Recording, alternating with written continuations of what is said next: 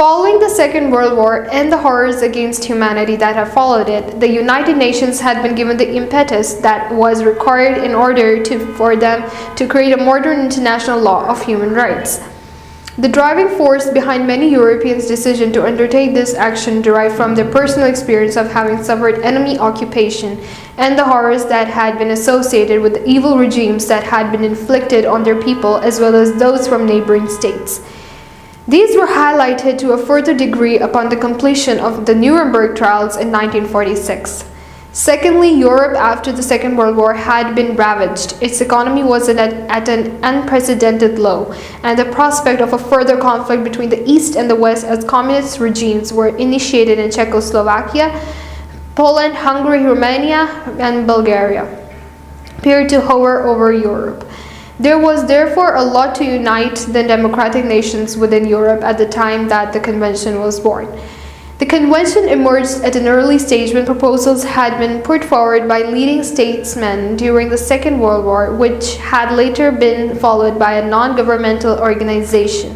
On 8 May 1948, Winston Churchill presided over a gathering of non-governmental movements in The Hague in order to analyze the economic problems faced by the European Union. A meeting which was attended by more than 750 delegates attended. At this meeting, the desire to create a united movement on a more permanent basis was made clear, but the translation of the idea for the convention and drafting it into reality was much more difficult than had initially been anticipated.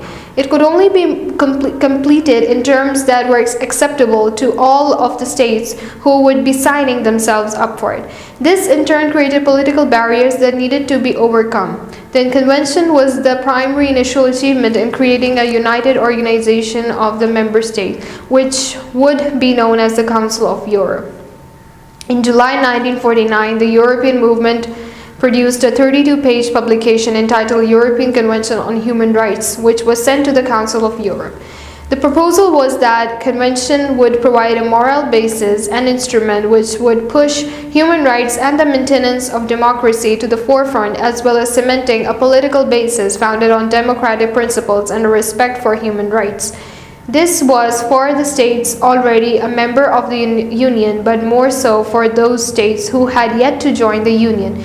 The convention was adopted and signed by 10 member states in 1950 and came into force in 1953. With essential features that would secure the protection of human rights.